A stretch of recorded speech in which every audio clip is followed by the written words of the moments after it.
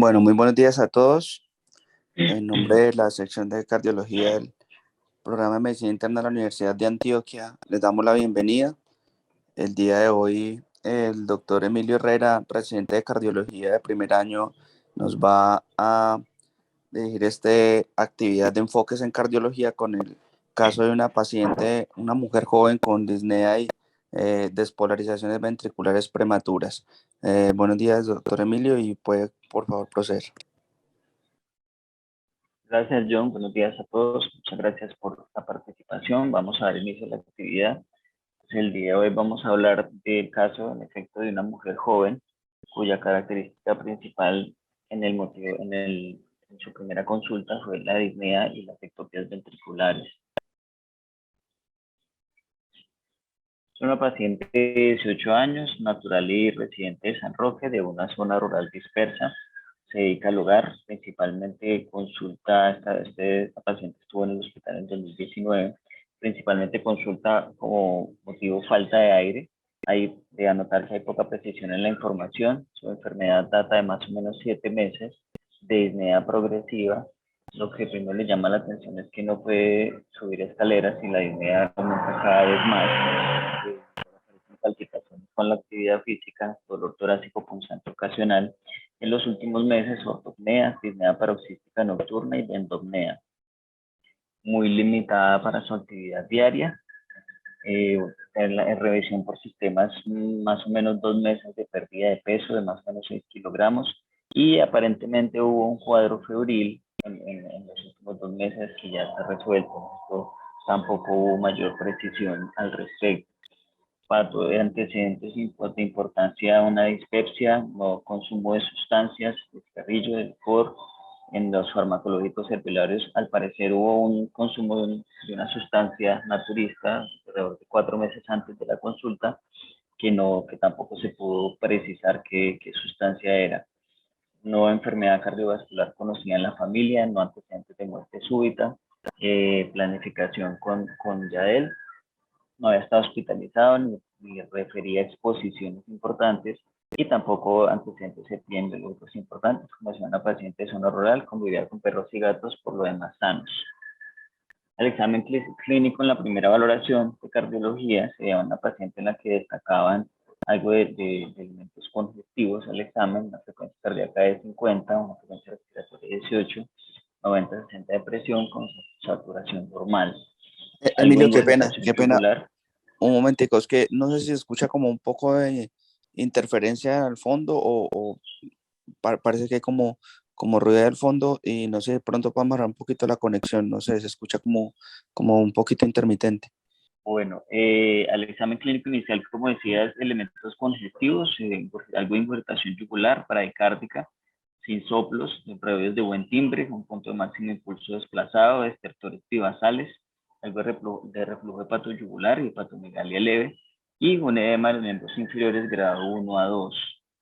Este es el electrocardiograma inicial, los que tiene, pues es un micrograma con una estandarización usual, sinusal, destaca algo de crecimiento principalmente de la aurícula izquierda, con un trastorno de la conducción intraventricular asociado y un bloqueo anterior superior, algo de trastorno de la repolarización también difuso, sin otras anormalidades que destaquen. Esta es la radiografía de tórax inicial. De hecho, no se pues, tiene cardiomegalia, que incluso está reportada como normal, sin otras anormalidades de importancia. El primer ecocardiograma destaca en este eje corto la posinencia severa de todas las paredes, en 4 cámaras, con hiposinencia severa de todas las paredes del ventrículo izquierdo, con una dilatación importante de las cavidades, también con dilatación del ventrículo derecho y con dilatación de las aurículas, paredes delgadas, sin otros elementos de importancia.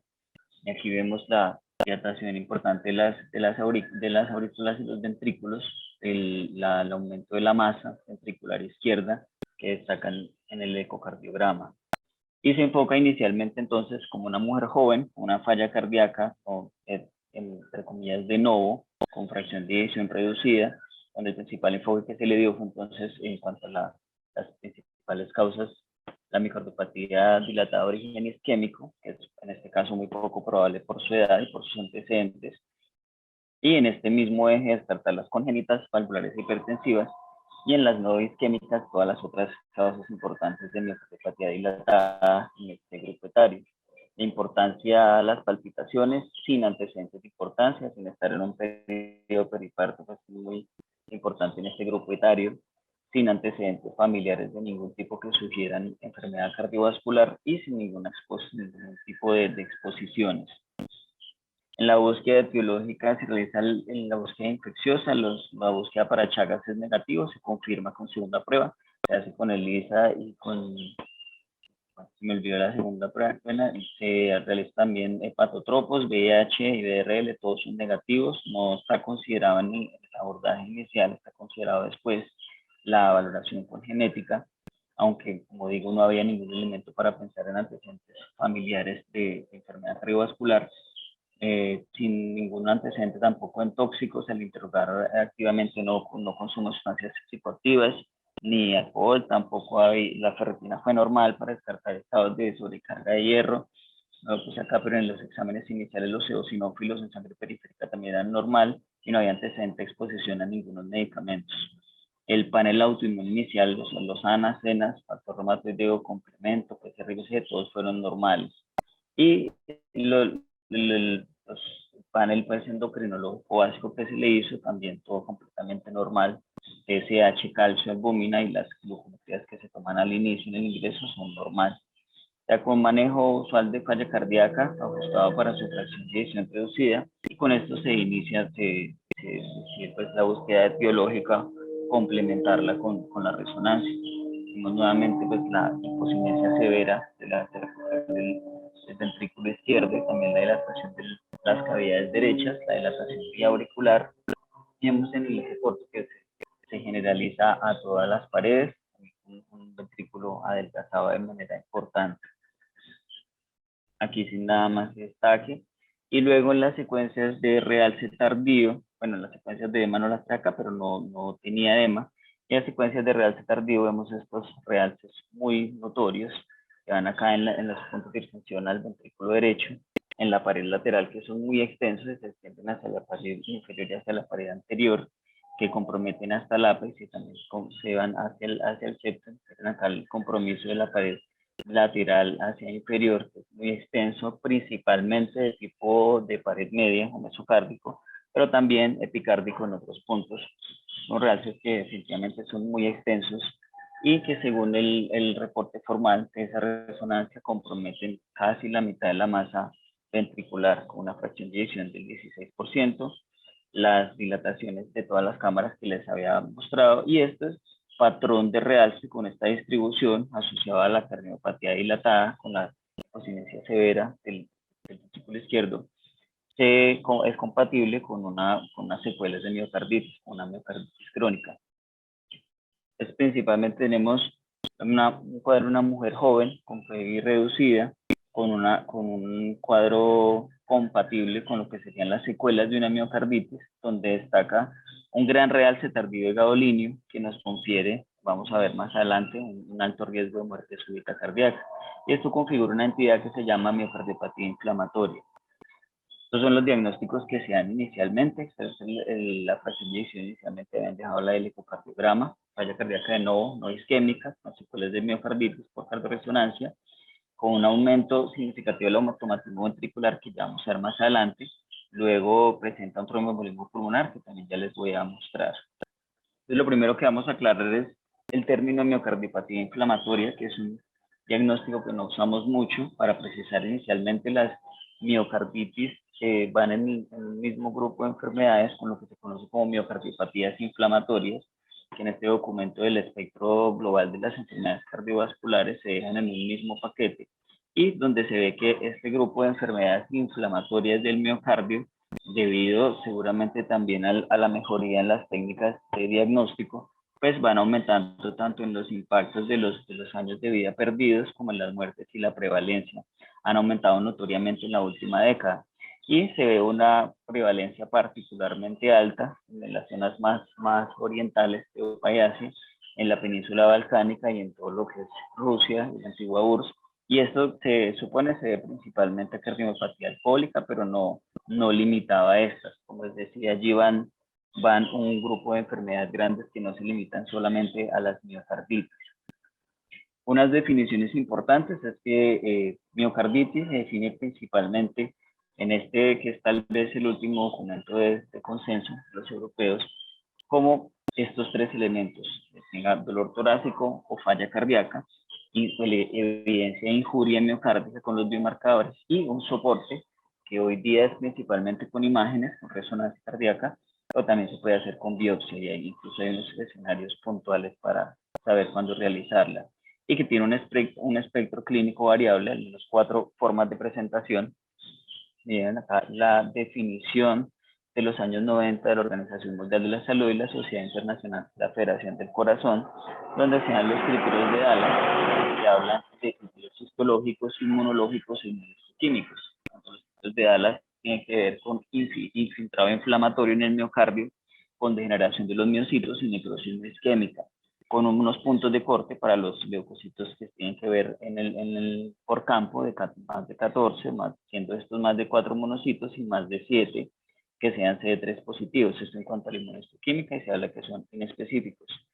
Y cuando esto ya se hace un poco más crónico, este proceso, se habla de una miocardiopatía inflamatoria, que es la miocarditis asociada con disfunción cardíaca, donde pueden caber varios orígenes, como el autoinmune, pertenece a la miocardiopatía dilatada, y donde pueden haber varios orígenes como la autoinmune, la infecciosa y la idiopática. Y la dilatada se define por estos mismos entes como un diagnóstico fundamentalmente clínico de dilatación biventricular y compromiso de la fracción de eyección del ventrículo izquierdo sin sobrecarga, sin enfermedad coronaria, y donde pueden caber nuevamente todos estos posibles etiologías. Y donde lo más importante es que para este momento del estudio de las miocarditis, para hace 2-3 décadas, para los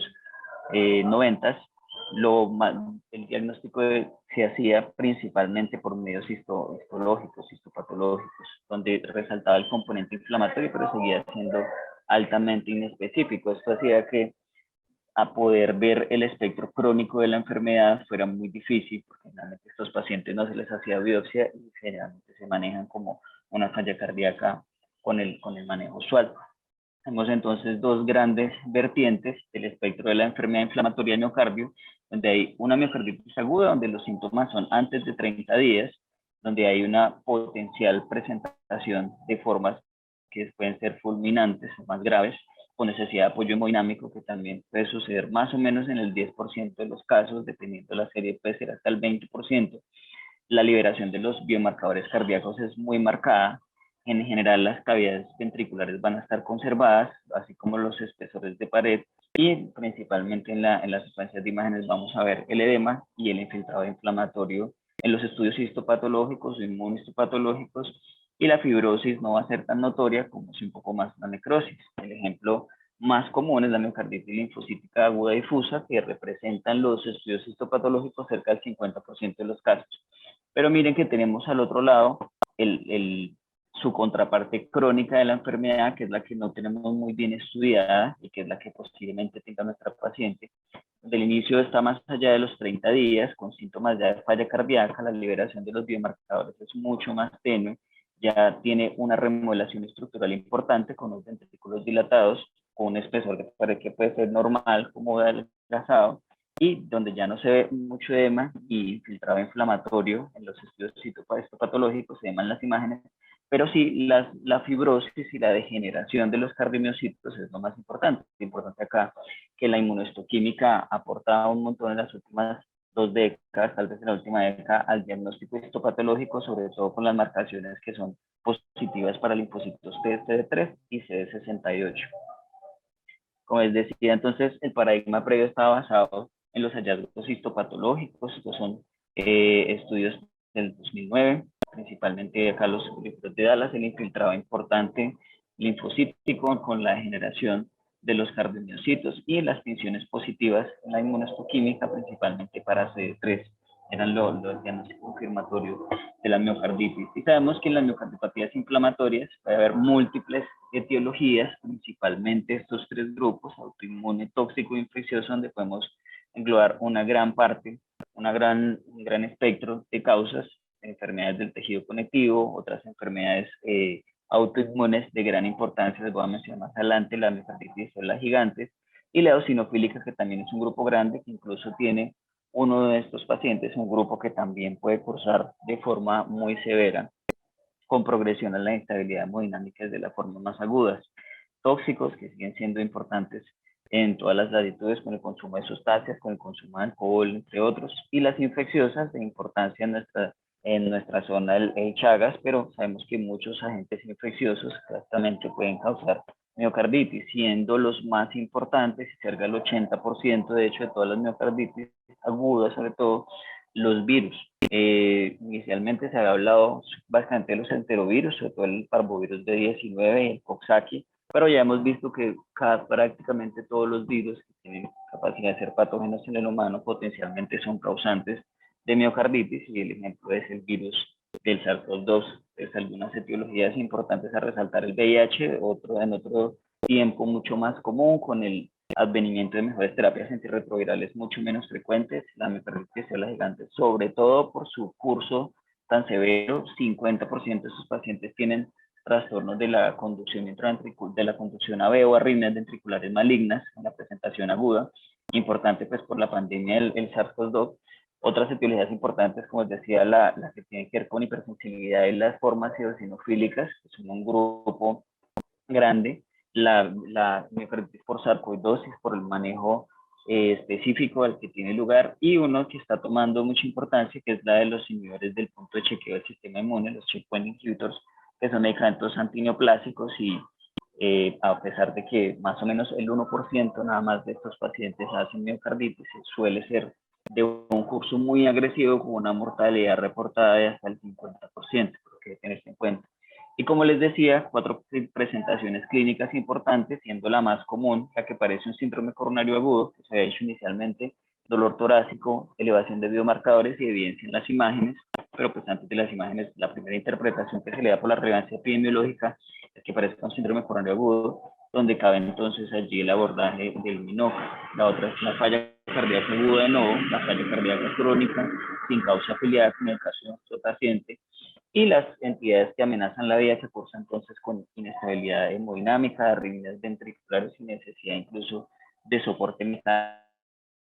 una necesidad de trasplante, que como les decía pueden ser del 10 al 20%, no son pocas. Estos son los criterios de miocarditis para el consenso del 2013, en la presentación clínica que les decía: el dolor torácico, los signos de falla cardíaca, especificando la diferenciación entre las formas de presentación más agudas o más subagudas o crónicas, incluso más de 3 meses, y la posibilidad de que se presente también como una entidad que amenace la vida, una arritmia, falla cardíaca o choque cardiogénico. Dentro de los exámenes adicionales, la evidencia en el electrocardiograma de una presentación muy variada de anormalidades electrocardiográficas, que incluyen los bloqueos AB, los bloqueos de rama, los cambios que en general son inespecíficos del ST y la onda T, y las arritmias tanto supra como ventriculares, con más importancia las últimas, los marcadores de lisis miocárdica y las anormalidades funcionales en la imagen, que ya les voy a mostrar más adelante, porque estas luego se cambiaron estos criterios. Y de las descripciones originales de la década pasada, del grupo de Leslie Cooper en Clínica Mayo, que hablan simplemente de la presentación de estos antígenos a nivel del miocardio, y la participación importante de los T reguladores, donde principalmente los virus se comportaban como estos, despertaban ciertas partículas, ciertos epítopes antigénicos, y esto iba a reclutar más células B, y en mecanismo que hasta ese entonces no era bien conocido, esa reacción inflamatoria a nivel del miocardio se perpetuaba hasta llevarnos a la dilatación de las cavidades, seguramente en formas de cardiopatía dilatada crónica de origen inflamatorio. Ahora sabemos que existen unas vías de señalización implicadas en esta retroalimentación positiva del sistema inmune, principalmente adaptativo, que permite que por medio de algunas proteínas como las alarminas y las secuencias, las patrones moleculares asociados a daños, se haga una retroalimentación positiva y un mayor reclutamiento de células del sistema inmune adaptativo, como les decía, a nivel de la médula ósea y también a nivel extramedular, y que esto sea lo que potencie la reacción inflamatoria en el corazón, dependiendo también de cuál fue la noxa inicial, y que seguramente estas vías de señalización sean la clave para las intervenciones que vamos a tener a futuro. Entonces, sobre un background genético, tenemos tres fases: el daño directo por los entes infecciosos o no infecciosos, donde hay una muerte celular y una liberación de citocinas muy importante, y donde básicamente pueden haber dos caminos: uno, que haya la remisión de la miocarditis, que de hecho es lo que sucede en la mayoría de los casos. Más o menos el 70% de las miocarditis tienen un curso benigno, no cursan con disfunción ventricular y se resuelven en un término menor a 3 meses. Sin embargo, dependiendo de particularidades: uno, del sistema inmune; dos, de la noxa causante; y tres, de un fenómeno importante que se llama el mimetismo antigénico, que es que las reacciones antígeno-anticuerpo que se presentan en este lugar, secundarias a estas noxas, pueden despertar ciertos antígenos hasta el momento ocultos para nuestro sistema inmune y dar lugar a reacciones mediadas por autoinmunidad y por células T, muy importantes, que hacen que esta inflamación miocárdica se perpetúe y evolucione hacia miocarditis crónica. Y dependiendo de si hay presencia o no del agente infeccioso o de autoanticuerpos, si la inflamación se modula o no en el curso del tiempo, y qué tanta remodelación ventricular, pues va a dar lugar a las distintas formas de presentación de la miocarditis crónica, donde podemos hablar de miocarditis infecciosas cuando identificamos agentes particularmente, o simplemente miocarditis autoinmunes o cardiomiopatías dilatadas cuando no tenemos evidencia tangible de los autoanticuerpos o del agente infeccioso. Este es el lago Lewis en Alberta, Canadá. El grupo de trabajo allí en cabeza de Matthias Friedrich, que en el 2009 hizo el primer white paper del JAK, donde se estandarizaron el diagnóstico por resonancia de las miocarditis, y esto pues cambió mucho el estudio de la enfermedad, porque ya teníamos maneras no invasivas de llegar a ellos. Más reciente, en esta década, se implementaron los mapas paramétricos para el estudio diagnóstico de los mismos, mostrando estos pues una capacidad de predicción diagnóstica mayor a lo que tenían los criterios usuales del lago Lewis, que ya les voy a mostrar. Y cuando se compararon entonces estos mapas paramétricos y el rendimiento diagnóstico, veamos que era mejor no solo en las formas agudas, sino también en las crónicas y las miocardiopatías dilatadas, que asumíamos como origen de un origen inflamatorio. Y vemos que este uso de los mapas paramétricos pues tenía un perfil de la evidencia, en acá con una área bajo la curva mayor al 80% en casi todos los estudios, respecto a los criterios iniciales, donde luego en el 2016 más o menos hubo un update donde se actualizaron los criterios para poder ver mejor el segundo mecanismo que se mencionaba hasta entonces, de hiperemia. Y luego vienen estos criterios en el 2018, donde con la implementación de los mapas paramétricos, como les había mostrado, se demora mucho, nos analizan para ver estos tres fenómenos patológicos, que son el edema miocárdico, principalmente las secuencias de T2, que puede ser en el T2 o en los mapas de T2, la injuria miocárdica no isquémica, que es un patrón de daño de distribución no coronariana, que se puede ver en el T1 con el volumen extracelular, con el realce cardíaco y gabalinio, y con los criterios de apoyo, que son la pericarditis y la disfunción ventricular izquierda. Las otras imágenes realmente tienen lugar en miocarditis distintas a la resonancia, es básicamente para hacer el diagnóstico diferencial. Hay alguna discusión si los circuitos de miocarditis que se pueden, digamos, dilucidar solo con el patrón de distribución de los realces en las imágenes, y yo les voy a mostrar algo de eso.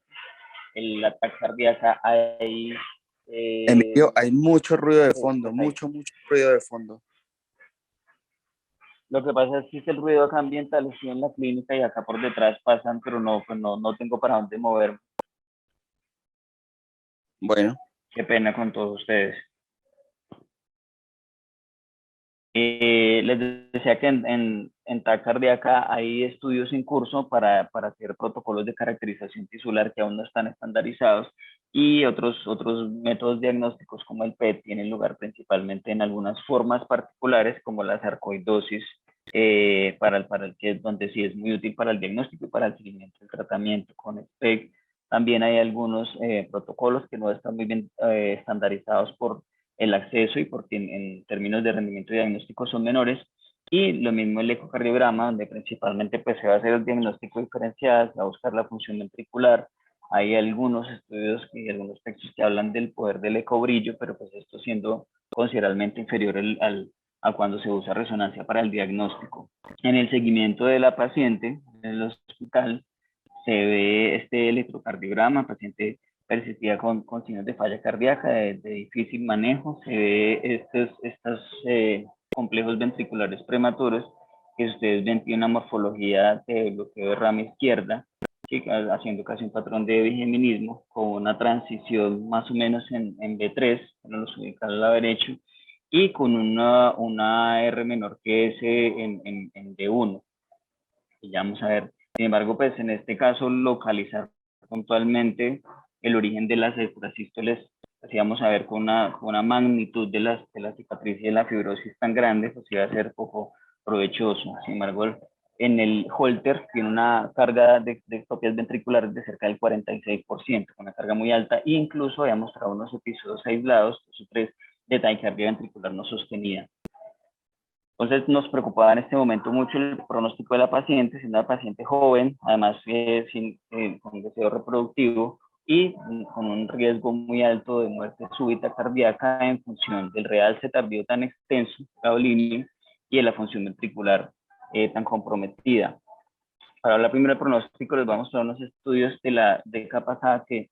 trataron de localizar, de hacer las tomas de biopsias dirigidas por las imágenes por el realce tardío en gadolinio, obteniendo este grupo alemán un rendimiento muy bueno, que las de los estudios patológicos cerca del 90%. Principalmente encontraron parvovirus D19, que es lo que siempre nos han hablado, y herpes virus del tipo 6.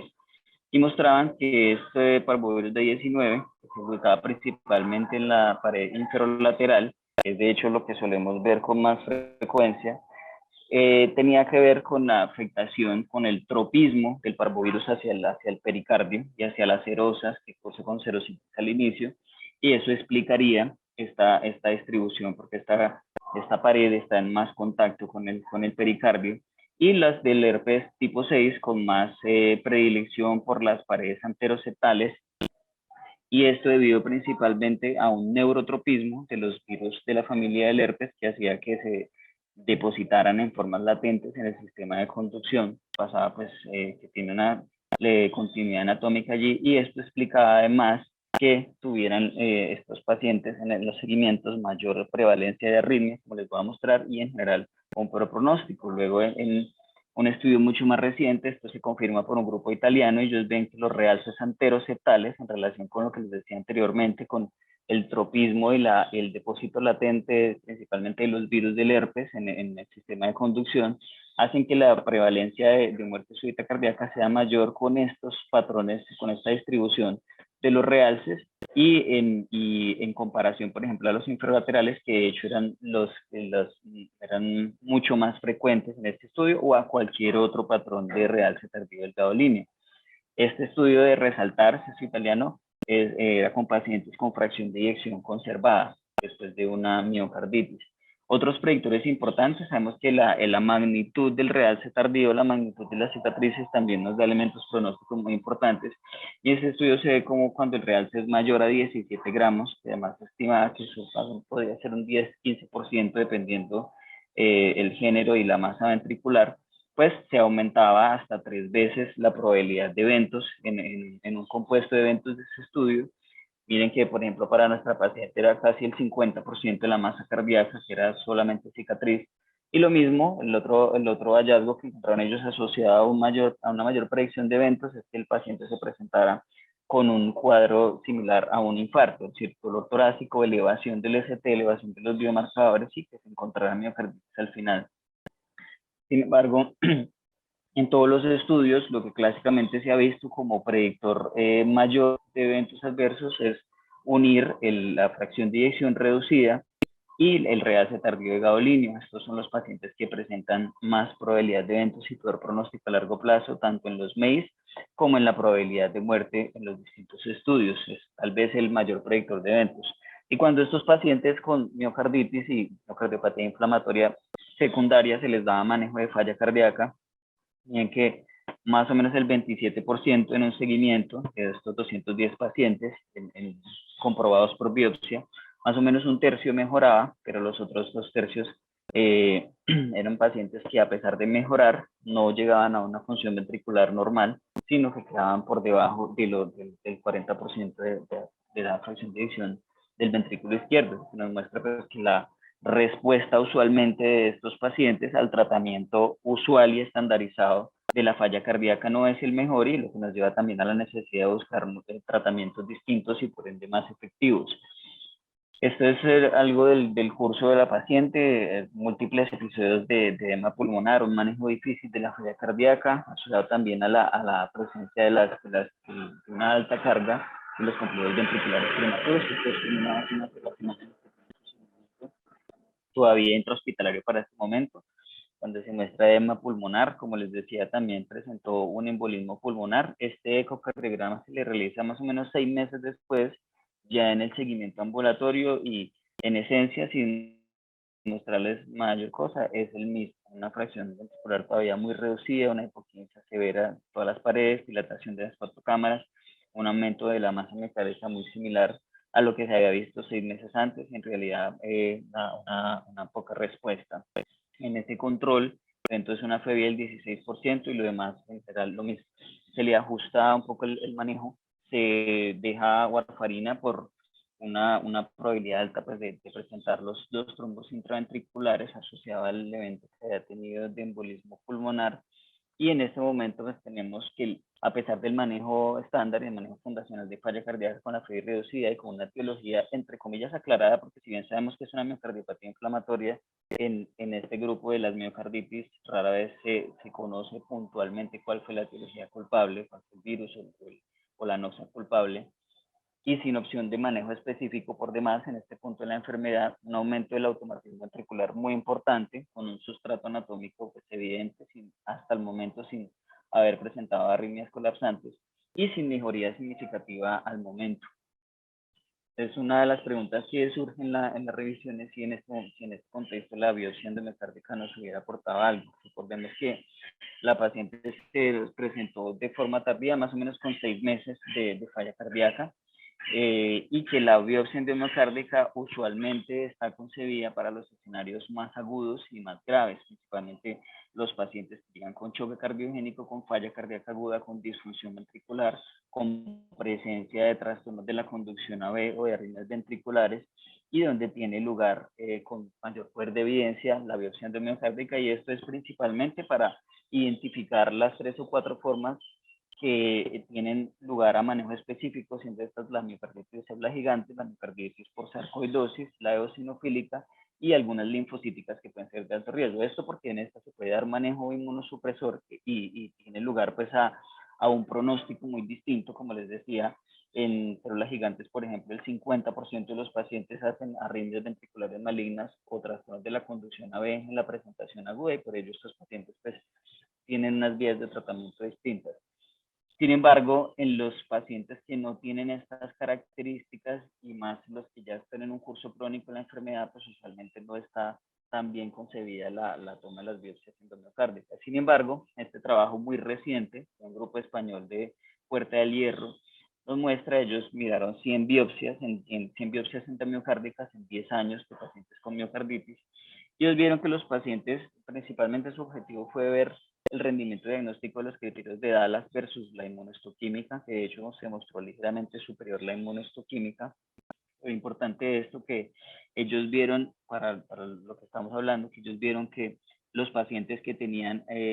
ambos criterios tenían la mayor prevalencia de eventos combinados de progresión a trasplante, necesidad de asistencia ventricular y muerte.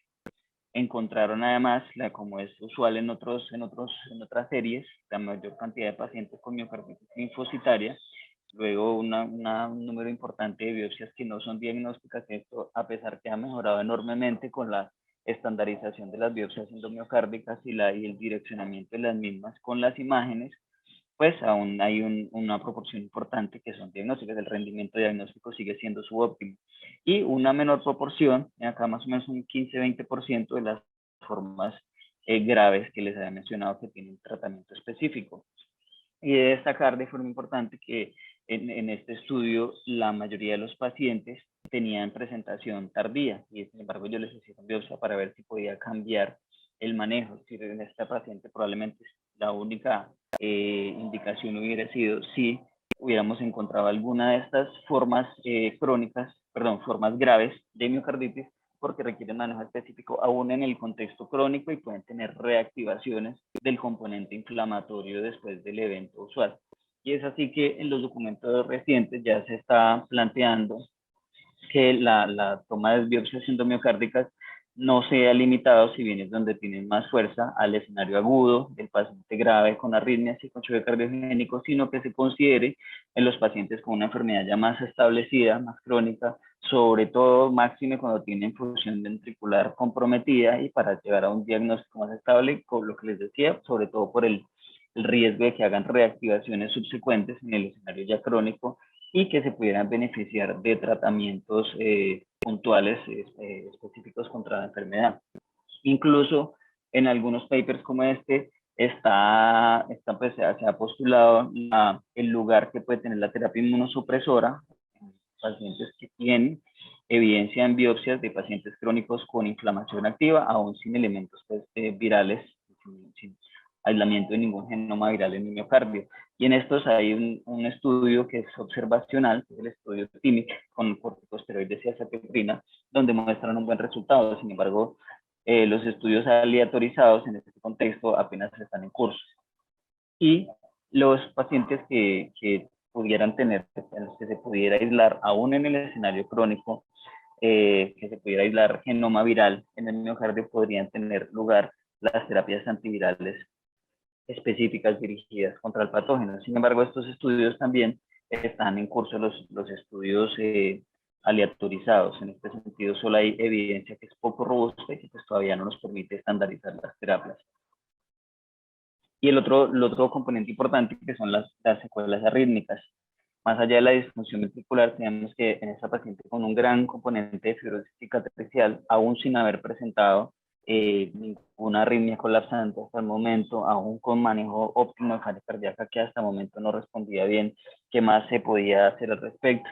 Vemos que en los pacientes con miocarditis, tanto en las formas clásicas como en las formas especiales, por formas especiales se refieren puntualmente al, por ejemplo, la sarcoidosis, donde los granulomas pues, son una manifestación patológica muy distinta al espectro de la inflamación miocárdica, y donde nuevamente nos muestran dos caminos: la curación o la evolución a formas dilatadas con remodelación cardíaca muy importante, y donde en estos la progresión a falla cardíaca y arritmias ventriculares es muy alta por todos los mecanismos pues, de degeneración de los miocitos que tienen que ver con ruptura ventricular, con degeneración de los sarcolemas, y que esto obviamente también afecta al sistema de conducción.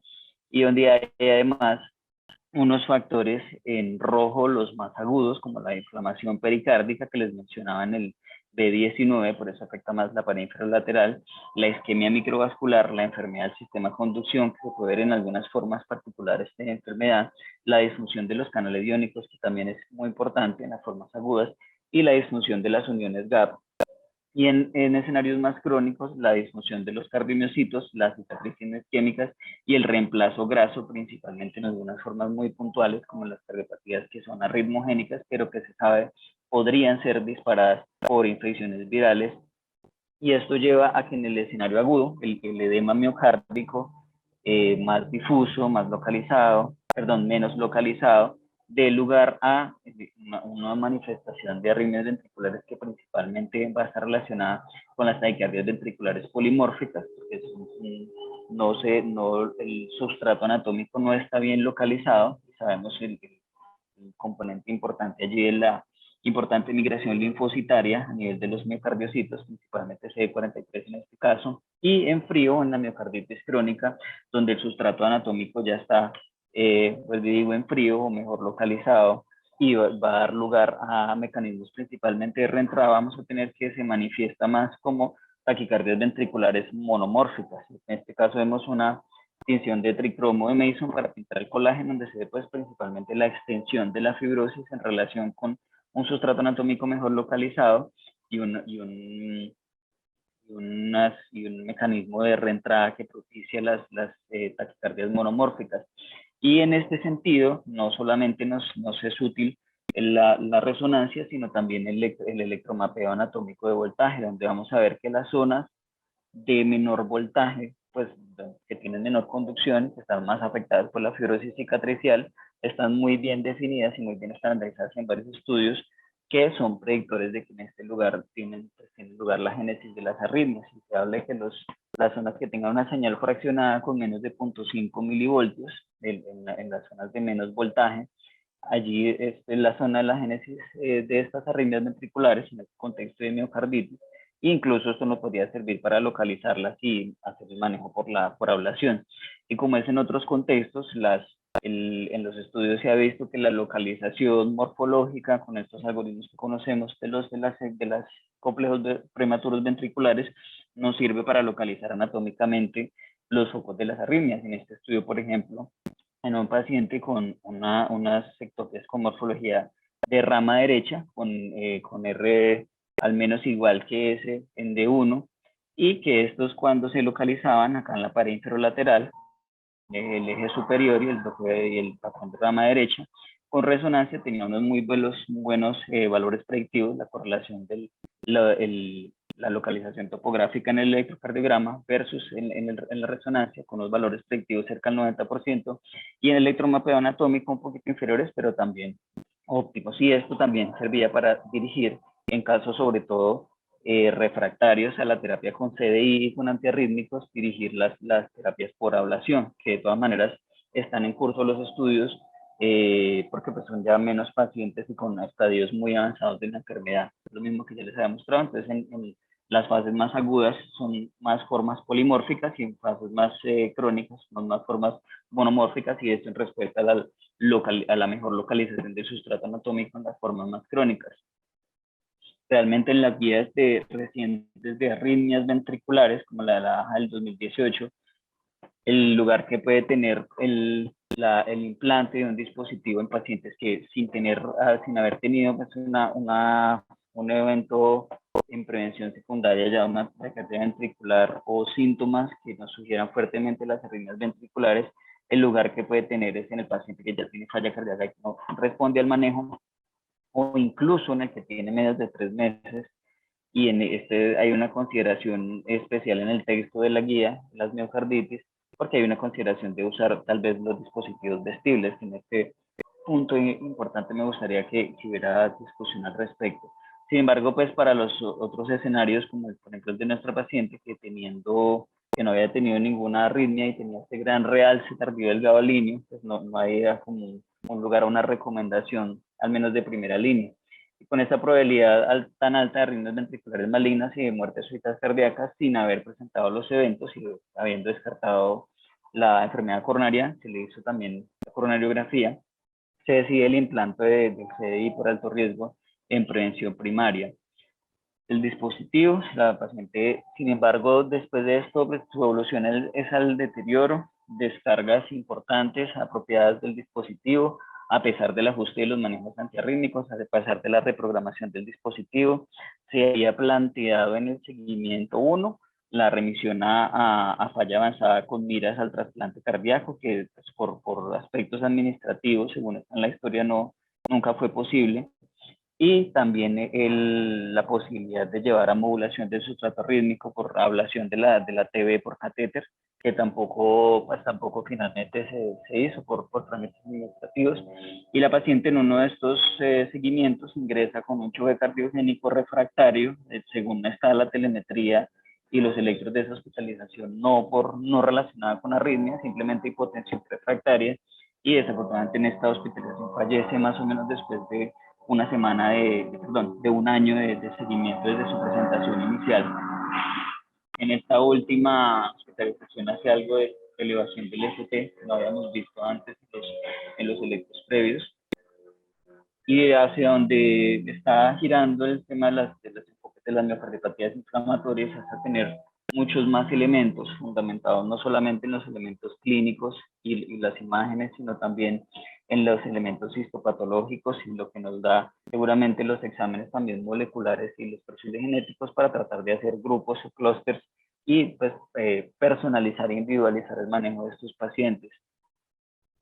A manera de conclusiones, el espectro de la miocarditis pues, va mucho más allá del episodio agudo. Sabemos que su forma crónica tiene pues su propia historia y probablemente en el futuro tengamos lugar a manejos específicos para estos momentos de la enfermedad, y los fenómenos arrítmicos, sobre todo en estas presentaciones graves de la enfermedad, tienen una importancia grandísima en el pronóstico y que nos ayuda a construir este escenario de riesgo, el electrocardiograma, la resonancia, el mapeo electroanatómico, entre otros. Y también que en el escenario individual tanto es válido actuar por fuera de guías. En esta paciente hubo algo de controversia porque pues realmente no había presentado nunca arritmias, si bien sí tenía el sustrato anatómico para hacerlo,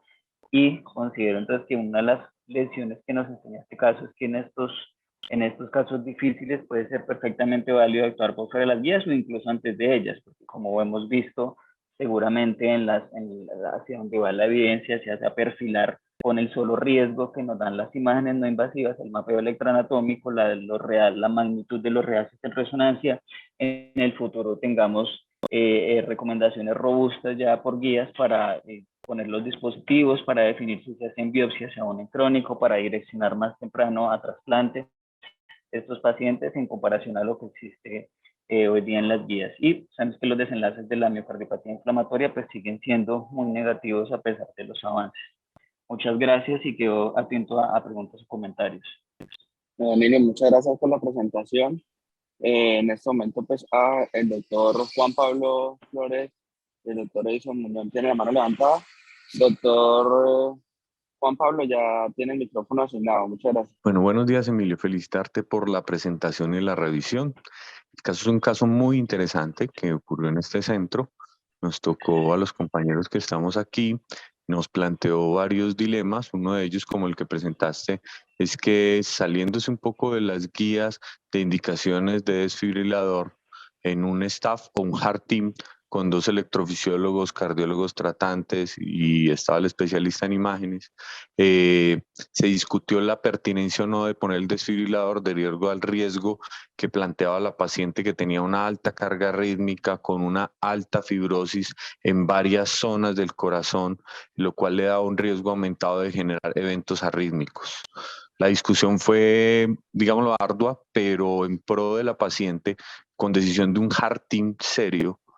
se tomó la decisión del desfibrilador. La evolución de la paciente en la primera hospitalización incluso de la paciente antes de ser de alta. Otro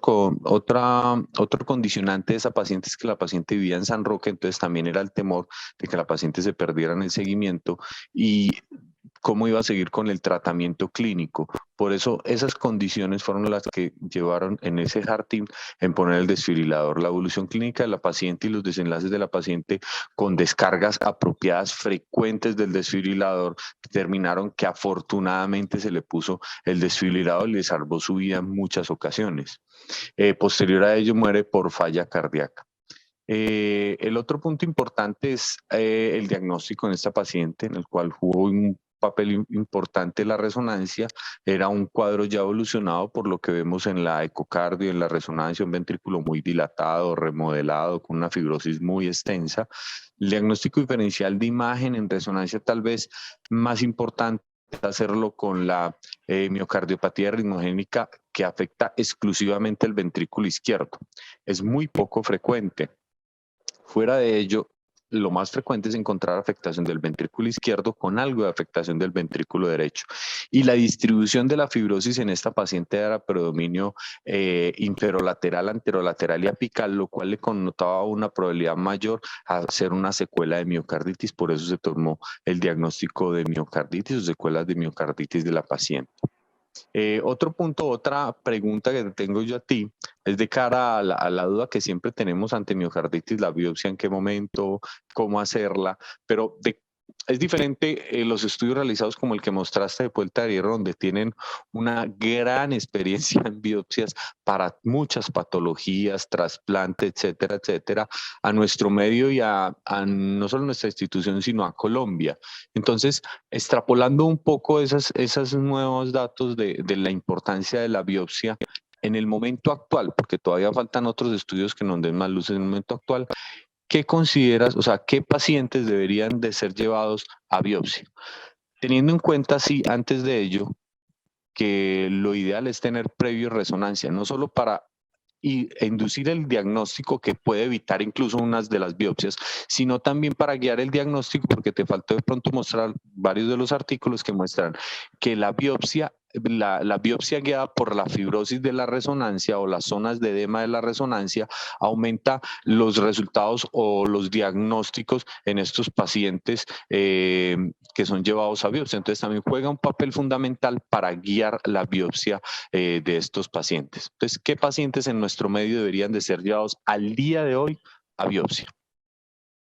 Profe, el grupo en el que es más claro eso son los pacientes que estando en una presentación aguda de la enfermedad tienen una manifestación grave, arritmias ventriculares, trastorno grave de la conducción AV, choque cardiogénico, falla cardíaca aguda. En esos, como había dicho, principalmente por las 4 formas que pueden requerir manejo específico. En las formas crónicas, como había mencionado, las recomendaciones son de documentos de consumo y no como tal de guía y tienen menos evidencia, pero seguramente tiene papel en los pacientes que tienen función ventricular comprometida, riesgo alto de desenlaces adversos, por ejemplo, por la magnitud de los realces tardíos, por el riesgo de arritmias, y en el que se suponga aún que la biopsia nos puede cambiar el escenario, por ejemplo, porque nos guía a tratamientos específicos o porque nos oriente, por ejemplo, a la consejería genética o alguna otra conducta. En los otros pueda que no tenga utilidad, al menos hasta la fecha, sobre todo porque los manejos inmunosupresores